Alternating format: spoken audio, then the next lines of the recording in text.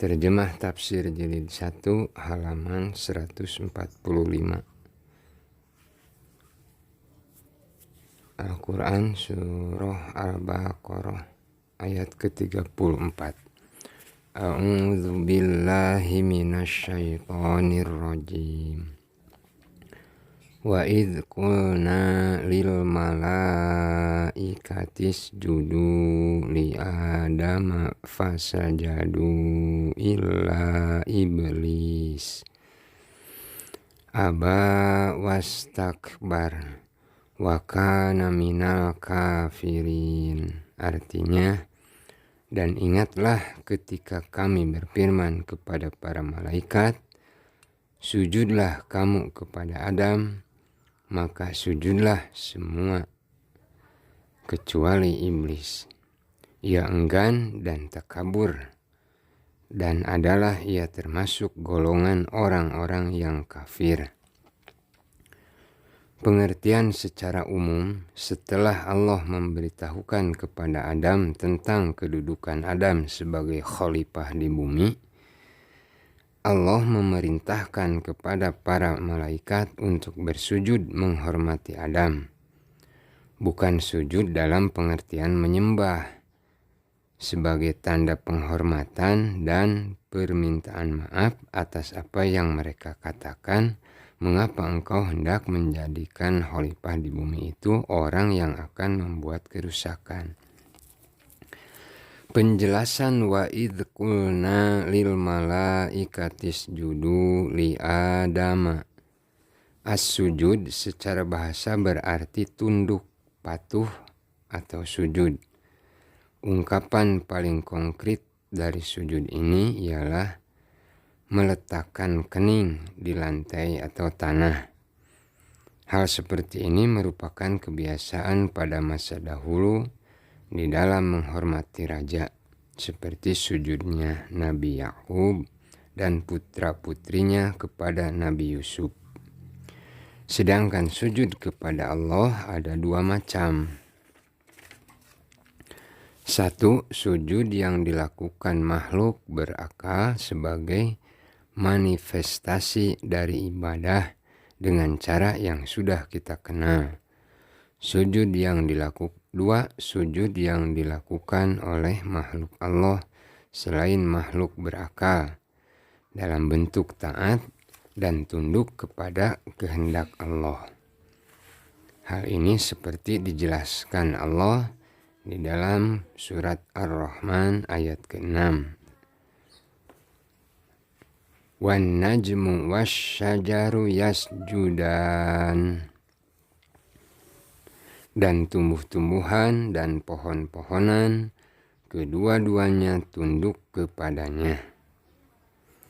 Kemudian di dalam surat Ar-Ra'd ayat ke-15, A'udzu billahi minasyaitonir rajim. Walillahi yasjudu man fis samawati wal ardi tau'an wa karha. Hanya kepada Allah lah sujud atau patuh segala apa yang ada di langit dan di bumi, baik dengan kemauan sendiri ataupun terpaksa. Alam para malaikat. Makhluk yang disebut malaikat ini bertempat di alam gaib yang sedikit pun kita tidak mengetahui hakikat mereka yang sebenarnya. Hanya kitab Allah lah yang menunjukkan kepada kita tentang keadaan mereka. Mereka terdiri dari berbagai kelompok, yang setiap kelompok mempunyai bidang kerja sendiri-sendiri. Disebut di dalam syariat bahwa setiap ilham tentang kebenaran dan kebaikan didatangkan oleh para malaikat, sebagaimana dapat dipahami dari cerita pembicaraan malaikat terhadap Maryam. Akan halnya sikap ragu atau godaan, datangnya pasti dari syaitan. Hal ini juga sudah banyak disebutkan di dalam kitab Allah maupun sunnah Rasulullah Shallallahu Alaihi Wasallam, Imam At-Tirmidzi telah meriwayatkan sebuah hadis. Bismillahirrahmanirrahim. Inna lisyaitani lammatan bibni Adam walil malaki lammatan fa'amma lammatus syaitani fa'i'adun bisyarri wa takdzibun bil haqqi wa amma lammatul malaki fa'i'adun bil khair wa tasdiqun bil haqqi faman wajada dzalika falya'lam annahu minallah falyahmadillaha ala dzalik wa man wajadal akhara falyata'awwad billahi minasyaiton. Sesungguhnya syaitan itu dapat memberi inspirasi terhadap Ibnu Adam, dan malaikat pun demikian pula.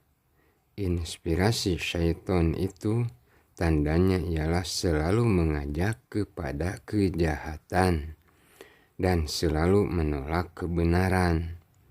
Adapun inspirasi malaikat selalu mengajak kepada kebaikan dan membenarkan kebenaran itu. Barang siapa mendapat yang terakhir ini, maka ketahuilah bahwa hal tersebut datang dari Allah Subhanahu wa Ta'ala, dan hendaknya ia segera memuji Allah atas hal itu. Dan barang siapa yang menjumpai lainnya, hendaknya ia segera meminta perlindungan kepada Allah dari godaan syaitan. Kemudian Rasulullah Shallallahu Alaihi Wasallam membacakan sebuah ayat di surat Al-Baqarah ayat ke-268. A'udzu billahi minasyaitonir rajim. Asyaitonu ya'idukumul faqra wa ya'murukum bil fahsya. Syaitan menjanjikan menakut-nakuti kamu dengan kemiskinan dan menyuruh kamu berbuat kikir. Para malaikat dan syaitan sama-sama mempunyai ruh yang bisa berhubungan dengan ruh manusia. Dan kita tidak mengetahui hakikat hubungan ini. Hanya kita percaya terhadap kenyataan tersebut sebagaimana telah disebutkan di dalam nas. Kita pun tidak bisa melebih-lebihkan atau mengurangi.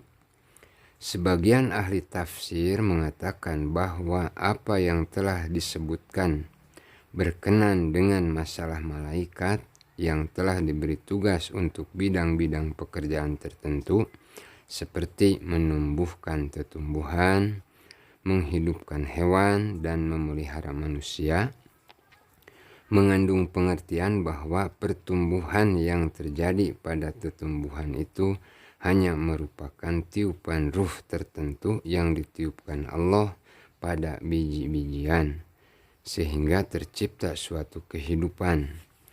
Dengan demikian halnya pada hewan dan manusia.